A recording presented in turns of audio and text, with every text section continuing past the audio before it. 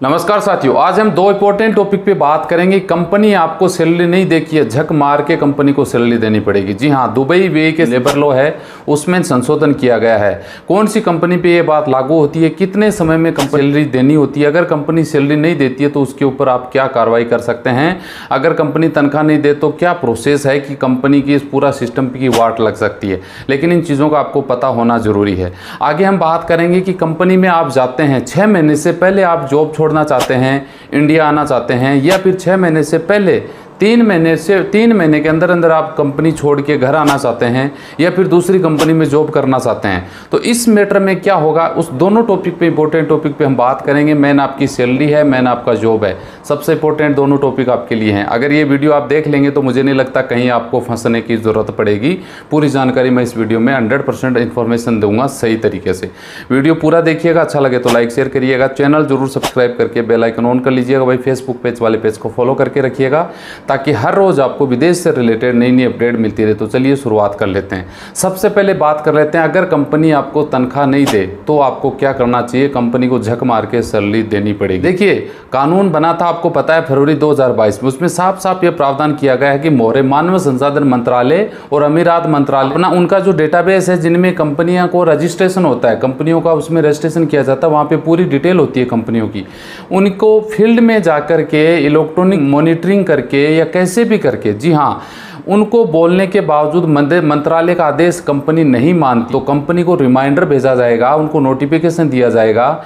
जो कंपनियां वर्करों को समय पे सैलरी नहीं देती है, वो ये कानून किन के ऊपर लागू होगा, जिनकी कंपनियां, मान लो मेरी कंपनी है, मेरे पे पास 50 से ज़्यादा कोटा है, 50 से ज़्यादा लोग मेरे पास काम करते हैं, ये उन कंपनियों के ऊपर लागू होगा। मान लो कंपनी आपको सैलरी नहीं दे रही है, आप उनकी शिकायत करते हैं, कंपनी पहले मंत्रालय की तरफ से उनको नोटिफिकेशन दिया जाएगा, फिर उनको रिमाइंडर किया जाएगा, उसके बावजूद भी वो सुनवाई नहीं करती। कंपनियां उनको रिमाइंडर बोलने के बाद में भी, कोर्ट के माध्यम से सूचना देने के बाद भी अगर वो कंपनियां तनख्वाह नहीं देती हैं 4 महीने तक, जी हाँ, तो उनके जो बाकी के वीज़ा कैंसिल, जो वीज़ा वो उन्होंने अप्लाई कर रखे हैं, वो सब वीज़ा कंपनी के कैंसिल कर दिए जाएंगे अमीरात द्वारा, मोहरे द्वारा। कि मान लो 6 महीने बीत जाते हैं, 4 महीने के बाद में 6 महीने बीत गए, फिर भी वो वर्करों की सैलरी कंपनी नहीं देती है, तो उनके जितने भी कंपनी के वर्क परमिट वीज़ा हैं, जिसने उन्होंने कोटा ले रखा है, मान लो 100 लोगों का उन्होंने कोटा ले रखा है, तो सब के सब वीज़ा कैंसिल कर देगी। जी हाँ, तो ये एक प्रावधान बहुत अच्छी बात है। और मान लो कि मेरी कंपनी है, मेरे पास मल्टीपल कंपनी है, ये कंपनी यहाँ है,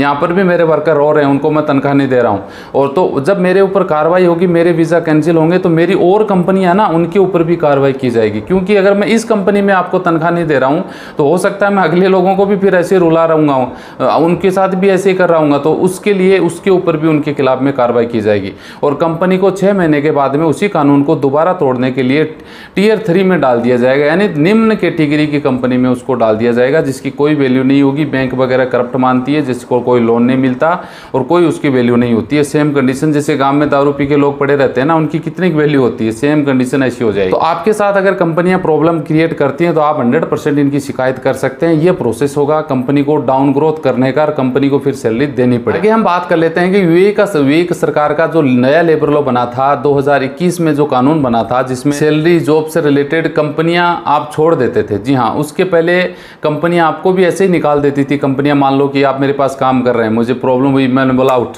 कोई आपको नोटिस देने की जरूरत नहीं, आपको आज ही बोल दिया कल निकल जा, तो आपको, आपके साथ भी कोई समाधान, इन चीज़ों में समाधान हुआ है। फरवरी 2022 में कानून बना था। अगर मान लो आप 6 महीने का ट्रेनिंग पीरियड सब लोगों का होता है, उसमें आप 3 महीने में ही कंपनी छोड़ना चाहते हैं, या कंपनी चेंज करना चाहते हैं, या फिर आप इंडिया आना चाहते हैं, तो आपको नोटिस देना पड़ेगा। कंपनी को भी नोटिस देना पड़ेगा और आपको भी नोटिस देना पड़ेगा। जी हाँ, कंपनी भी आपको बिना नोटिस दिए नहीं निकाल सकती। अगर आप मान लो वो कंपनी छोड़ के दूसरी कंपनी ज्वाइन करना चाह रहे हैं, या फिर हो सकता है 6 महीने से पहले आप कंपनी छोड़ रहे हैं, तो उस स्थिति में क्या होगा आपके साथ में, कंपनी आपके साथ क्या करेगी। अगर आपके हिसाब से देखा जाए तो आप लोगों के जितने मैसेज आते हैं, कंपनियां तो 1 साल तक पहले काम छोड़ देते हो तो भी कंपनियां बोलती है वीज़ा का पैसा दो। लोग तो बोलते हैं सर 2 साल से पहले कंपनी बोलती है जॉब छोड़ोगे तो हम वीज़ा का पैसा लेंगे। ऐसा कोई रूल है नहीं, आपको क्लियर कर दूँ। अब इसमें आपको देखना है कि कौन सी कंडीशन में आपको कंपनी का वीज़ा देना पड़ेगा, पैसा कंपनी का जो खर्चा लगा वो कौन सी कंडीशन में देना पड़ेगा। देखिए, 3 महीने से आप मान लीजिए आज कंपनी में गए हैं और 6 महीने का ट्रेनिंग पीरियड होता है। 6 महीने बाद अगर आप आते हैं तो कोई पैसा, आपको वीज़ा का कोई पैसा नहीं देना पड़ता, आपको क्लियर कर दूं। हालांकि कंपनियां पैसा मांगती हैं, आपको नॉलेज होना ज़रूरी है।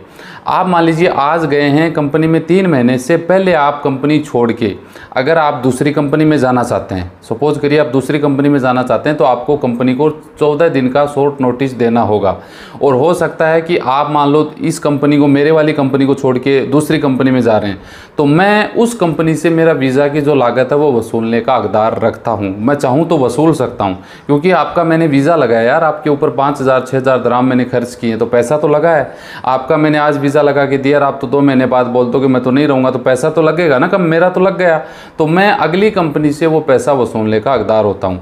तो आप भी अगर मान लो कि आप मेरी कंपनी को छोड़ के दूसरी कंपनी में जा रहे हैं, तो आप उस कंपनी में जा रहे हैं, एक तो कंपनी आपको लेना चाहती है, तो वो आपका वीज़ा का खर्च दे देगी उस कंपनी को, क्योंकि आपकी कंपनी को ज़रूरत है। और आप मेरे को जान छोड़ के अगली आपको बुला ही नहीं रही है, ज़बरदस्ती आप दूसरी कंपनी में जा रहे हैं, तो वो पैसा फिर आपको आपका देने का, वो तो कंपनी पैसा नहीं देगी, तो ये एक प्रॉब्लम आ जाती है। और मान लीजिए कि आपको लगता है कि नहीं हम तो इंडिया आना है, कंपनी 3 महीने मन मर्जी कर लीजिए भाई। बहुत सारे लौंडे होते हैं, उनको नहीं जचता है, बस घर से फ़ोन आ जाता है, गर्लफ्रेंड की याद आ जाती है, वाइफ की याद आ जाती है, और भी बहुत सारे प्रॉब्लम हो जाती हैं, बस घर जाना है। यहाँ से एजेंट को आपने लाख रुपए दिए हैं, वहाँ कंपनी ने आपके ऊपर खर्चा कर दिया, आपको तो घर आना है। क्योंकि मेरे पास आप लोगों में मैसेज आते हैं व्हाट्सएप पे, सर 2 महीने हो गया कंपनी पासपोर्ट नहीं दे रही है, घर आना चाहता हूँ। और कंपनी पैसे मांग रही है, मांगेगी ना कंपनी तो पैसा भाई। अगर आप 3 महीने से पहले कंपनी छोड़ के आ रहे हैं, तो पूरा वीज़ा का पैसा वसूल करेगी कंपनी आपसे। इस बात का हमेशा ध्यान रखिएगा। पैसा आप चुकाओ। अगर आपको ये लगता है कि मुझे घर ही आना है, तो जितना कंपनी बोलती है भाई मेरा इतना खर्चा हुआ है, वो पैसा दे के रसीद लो, घर आ जाओ, आपके ऊपर कोई ब्लेम नहीं लगेगा, आपके ऊपर कोई ब्लैक लिस्ट नहीं होगी, आराम से आप आ सकते हो, कोई दिक्कत नहीं होती है। और इसके अलावा अगर दूसरी बात है कि 6 महीने की ट्रेनिंग के दौरान ही कंपनी आपको बर्खास्त कर देती है, जॉब से आपको निकाल देती है, तो फिर कंपनी ऐसे नहीं निकाल सकती कि आज मैं ड्यूटी गया और बोल दिया भाई यहाँ से वापस हो ले। कंपनी पहले आपको 14 दिन का शॉर्ट नोटिस आपको देना होगा कंपनी को, और वैलिड रीज़न कंपनी को बताना होगा कि इस वजह से हम आपको जॉब से निकाल रहे हैं। जी हाँ, पहले क्या होता था, ऐसे ही होता था, पहले आज गए साइड पर, वहाँ से साइड से निकाल दिया कि भागो यहाँ से, आपने ये कर दिया वो कर दिया, तो आपके पास कोई बचने के ऑप्शन नहीं होते थे। अभी कंपनी को भी 14 दिन का नोटिस आपको देना पड़ेगा। आप उसको एक्सेप्ट करते हैं और उसकी 14 दिन का टाइम होता है, उसमें आप अपना बचाव कर सकते हैं। तो ये दोनों चीज़ें मैंने आप लोगों के साथ शेयर कर दी कि आप इंडिया से जाते हैं, कंपनी छोड़ना चाहते हैं शॉर्ट तरीके से 6 महीने से पहले, या फिर घर आना चाहते हैं, तो दूसरी कंपनी ज्वाइन करोगे तो वो कंपनी पैसा देगी आपके वीज़ा का। अगर आप 3 महीने से पहले घर आते हैं तो कंपनी का पैसा आपका देना पड़ेगा, क्योंकि कंपनी का तो खर्चा हुआ है।